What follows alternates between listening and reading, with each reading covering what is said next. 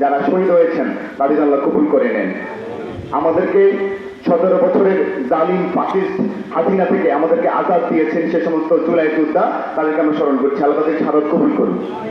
বাংলাদেশ জামায়াত ইসলামী মূলত এমন একটি সংগঠন, তারা এমন একটি রাষ্ট্র চায় যেখানে ইনসাফ এবং জুলুমের ইনসাফ থাকবে, জুলুমের কোনো কানাগরি থাকবে না।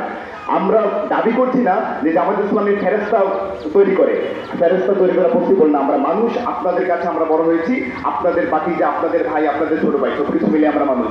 কিন্তু আমরা আপনাদেরকে এটা বলতে পারি যে আমরা সমাজের মধ্যে শুদ্ধতম মানুষগুলো তৈরি করার চেষ্টা করছি। আমরা যে মানুষগুলো দুর্নীতি করবে না, জুলুম করবে না, এমন রাষ্ট্র ব্যবস্থা কায়েম করতে চায় যে রাষ্ট্রে কোনো ধরনের চাঁদাবাদ, কোনো ধরনের মাদক, কোনো ধরনের অশ্লীলতা হেঁপানো থাকবে না। আমরা সেই বাংলাদেশ থেকে, এদেশ থেকে, জমিন থেকে এই অপরাধগুলো আমরা শূন্যের কাছাকাছি নামে আনার চেষ্টা করবো ইনশাআল্লাহ। তো আপনাদেরকে সবাইকে আমরা উদাত্ত আহ্বান জানাচ্ছি। আমরা যারা এখানে আছি, আপনাদের সমর্থন যদি সমর্থন পেয়ে যদি কোনো জালিম ক্ষমতায় আবার আসীন হয়, হাসিনার মতো আসীন হয়, তবে আপনারা নিশ্চিত থাকবেন আপনাদের সমর্থনের দায় আপনাদের কবে পর্যন্ত পৌঁছে যাবে।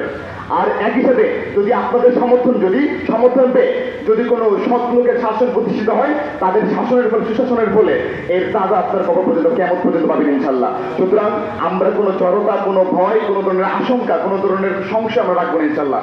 এই বাংলার জমিনে ইনসাফ কায়েম করার জন্য, সুশাসন কায়েম করার জন্য আমাদের এই সংগ্রাম 41 সাল থেকে শুরু হয়েছে এবং আমরা ইনশাল্লাহ কেমন পর্যন্ত চালিয়ে যাবো ইনশাল্লাহ। সুতরাং আপনাদের সমর্থন, আপনাদের ভালোবাসা, আপনাদের সহযোগিতা আমরা চাচ্ছি একটা সুন্দর সমাজ প্রতিষ্ঠা করার জন্য।